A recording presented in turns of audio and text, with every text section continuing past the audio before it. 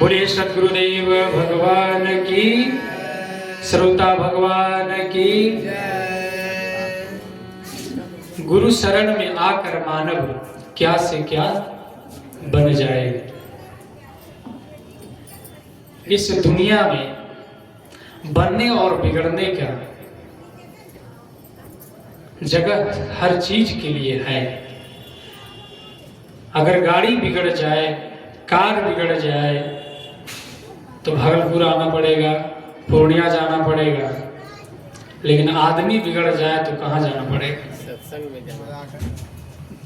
आदमी का तन बिगड़ जाए तो मायागंज, अगर गंजन हो जाए तो मायागंज, लेकिन तन बिगड़ जाए तो मायागंज है। तन बिगड़ जाए तो मायागंज है। और घर बिगड़ जाए तो मिस्त्री है, राजमिस्त्री है। मकान बिगड़ जाए, दुकान बिगड़ जाए तो उसकी भी अनेक तरह की व्यवस्थाएं हैं। लेकिन हमारा मन बिगड़ जाए तो उसके लिए कोई गैरेज, कोई भवन, कोई व्यवस्था हमारे समाज में है? ये चलता फिरता संत समाज विश्वविद्यालय, संतों का संग सत्संग है। और आपका हृदय में जो बैठा हुआ सत्य का स्रोत है, जो आपके अंदर सच्चाई और ईमानदारी का ज्योत जलती है, उसको अगर आप पहचान लें तो वो आपका साथी है। तो गुरु शरण में आकर मानव क्या से क्या बन जाए। गुरु के शरण में आकर के ही एक छोटा सा बालक जिसको आप देखते हैं कि किसी काम के लायक अभी नहीं है, वो माँ के आंचल में पलता है। उसके हमारी माँ हमारे बचपन में सेवा की, हमको संभाला, पाला, बड़ा की, और तब जाकर के आज हम आपके सेवा कर पा रहे हैं। अगर माँ बचपन में ही, माँ ऐसे होती नहीं है। माँ अगर निर्दयता कर देती कि मैं अपने बेटा को नहीं पालूंगी, नहीं पोसूंगी और नहीं खिलाऊंगी, नहीं पिलाऊंगी, कहीं फेंक देती गुस्से में, तो क्या आज मैं यहाँ बोल पाता? तो कितनी बड़ी कृपा है माँ गुरु। सबसे पहला गुरु कौन है? माँ। इसलिए माँ की जिम्मेवारी सबसे बड़ी है। तो माँ के आंचल में पल करके आज जितने पुरुष आप महापुरुष दिख रहा है, डॉक्टर दिख रहा है, इंजीनियर दिख रहा है, वकील दिख रहा है, वो किसकी देन है? माँ। माँ एक शब्द है, माता। ये माता की कृपा है, माँ रूपी गुरु की कृपा है जो हम सब यहाँ बैठे हैं। सबसे पहले उसको कोटि कोटि नमन। और उसके बाद यहाँ जो भजन है, गुरु शरण में अनेक तरह के टीचर, शिक्षक मिले, जिसने आपको हमको पढ़ाया, एक नेत्र दिया, आंखें दी। कौन आंख? जिस आंख से आज हम पुस्तक को पढ़ लेते हैं, प्लेटफॉर्म को पढ़ लेते हैं कि ये 1 नंबर है, 2 नंबर है। ये सब ज्ञान कहाँ से मिला? अपने शिक्षक रूपी गुरु से मिला। उनका कितना उपकार है हमारे जीवन में। जीवन का शुरू ही होता है माँ रूपी गुरु से, और हमारा जीवन में गुरु ही गुरु होता है। लेकिन हम पहचानते नहीं हैं, कदर नहीं करते। लेकिन एक गुरु जो अंतिम गुरु है, अनादि काल के जीवन में एक गुरु है, वो है सतगुरु। क्या है? सतगुरु।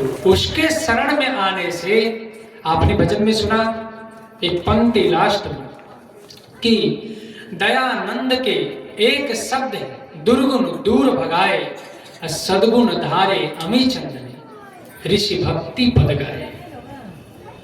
दयानंद, महर्षि दयानंद एक बहुत बड़े आर्य समाज के संस्थापक हुए। आपके एक शिष्य थे, उसका नाम था अमीचंद। वो बहुत अच्छे गायक थे, बहुत अच्छे गायक थे और भजन इतना अच्छा गाता था।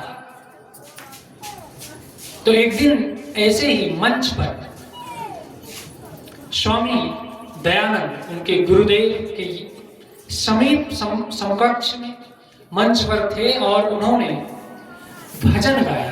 किसने? अमीचंद ने। और ऐसा भजन गाया कि उनके गुरुदेव दयानंद स्वामी, महर्षि दयानंद स्वामी इतना मुग्ध हो गए, इतना आनंदित हो गए अंदर से, उनके हृदय से उनके भजन सुन करके एक वाणी, एक शब्द निकलती है। क्या? वो कहते हैं एक शब्द कहते हैं, गुरुदेव स्वामी दयानंद कहते हैं कि अमीचंद, तू भजन तो गाता बहुत अच्छा है, तू हो तो हीरा लेकिन अभी नाली में पड़े हो। क्या कहे? तुम हो तो हीरा लेकिन अभी नाली में पड़े हो।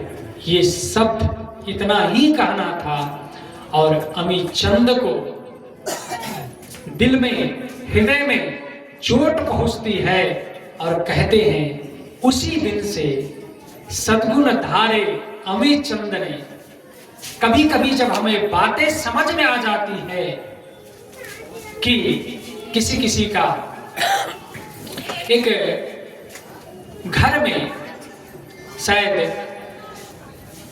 एक बूढ़े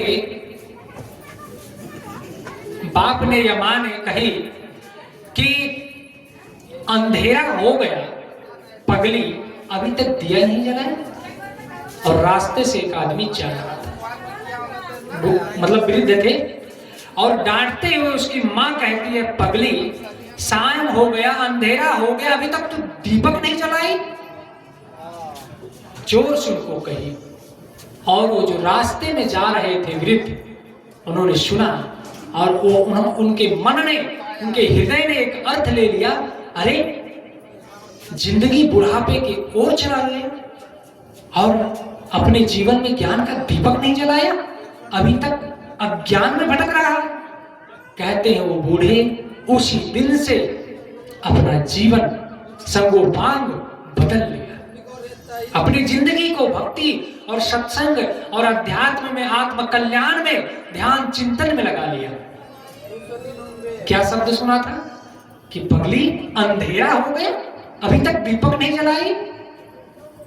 अपने बेटी को कही किसी ने घर में, और सुन लिया किसी ने रोड में जाते हुए एक बूढ़े ने। जब बूढ़े बाबा ने सुना तो उसको मन में चोट, एक वाणी, एक वाक्य उनको धस गई और वो मन में अर्थ ले लिया कि मेरा जीवन अंधेरे की तरफ चला गया, मैं अब अंत होने वाला है और मैं अभी तक अज्ञान में जी रहा हूं, लालच में जी रहा हूं, बुरी आदतों में जी रहा हूं, मेरा दुख दूर नहीं हुआ। तो ऐसे ही अगर कोई बच्चा छोटा है, वो डॉक्टर बनता है, इंजीनियर बनता है, वकील बनता है, जज बनता है, प्रधानमंत्री बनता है, ये किसकी कृपा है? आप जानते हैं कि बचपन में वो प्रधानमंत्री बनेगा, पता रहता। लेकिन एक गुरु रूपी हीरा जब उस बच्चे को तराश देता है, ज्ञान देता है, तीसरा नेत्र देता है, शब्द अक्षर का ज्ञान देता है, और पढ़ते पढ़ते 20 साल 25 साल तक अक्षर ज्ञान होता है, और पढ़ते पढ़ते वो जब मेहनत करता है और मेहनत करके वही बच्चा डीएम बनता है, एसडीएम बनता है, तो बड़े बड़े पदों पर जाकर के राज्य चलाता है, जिला चलाता है, उनके आदेश पे चलता है। ये किसकी कृपा है? एक छोटा सा बीज में बहुत बड़ा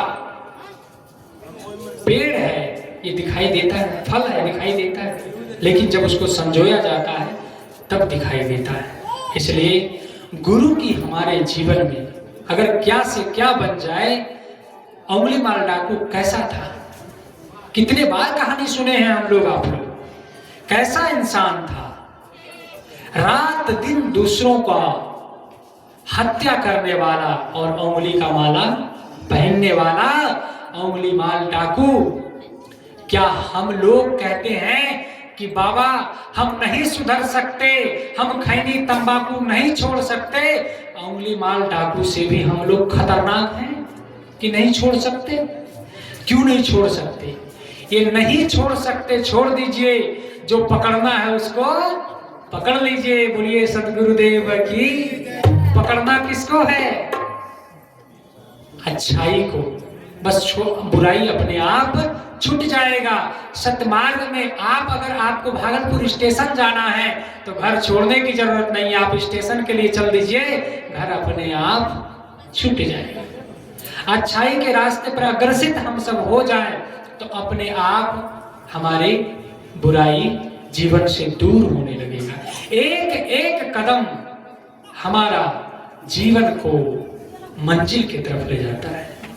थोड़े थोड़े थिरो भाई, अभी थंबे जैसे मंदिर थमा है, जैसे थोड़े थोड़े धीरे धीरे रेमना, धीरे